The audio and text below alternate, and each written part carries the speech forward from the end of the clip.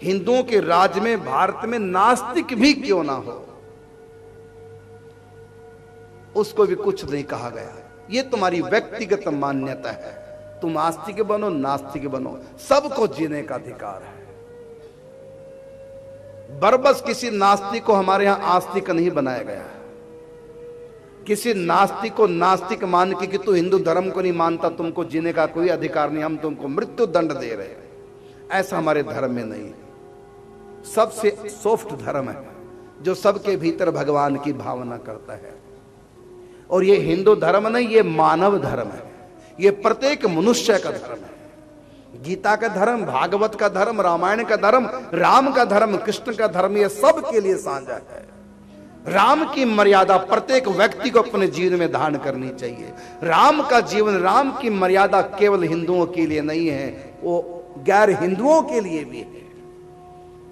सब माता पिता की आज्ञा का पालन करें, सब बड़े को मान सम्मान दें, हर स्त्री सीता की तरह पति परायणा रहे, हर भाई लक्ष्मण की तरह बड़े भाई का साथ दे। ये मर्यादा राम की है।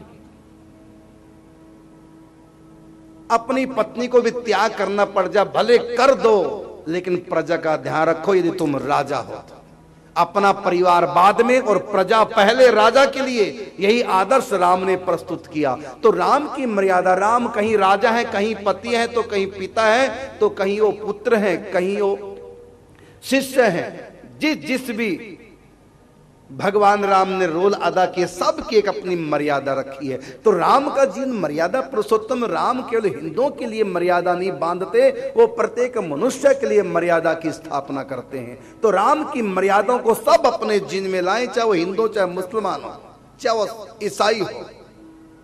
राम की मर्यादा सबको जीनी चाहिए, क्योंकि हम मानव हैं। भगवान को मानो चाहे ना मानो, तुम आजाद हो, लेकिन मानवता तो तुमको माननी पड़ेगी, क्योंकि मानवता तुम्हारे भीतर होगी तो तुम्हारे और तुम्हारे आसपास के सब लोग सुखी हो जाएंगे, और तुम मानवता का परित्याग करके दानव बनोगे।